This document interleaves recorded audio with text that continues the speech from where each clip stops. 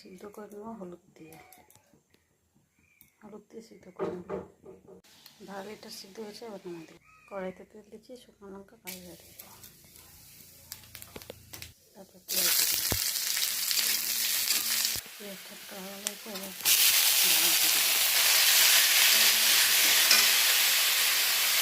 লবণ দেবো, লবণ দেবো,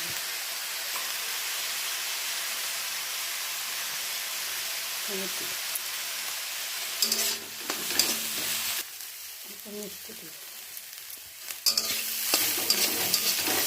তারপরে ধনিয়া পাতা দিয়ে নামাই দেবো। ঘাগলে বেটি রেডি।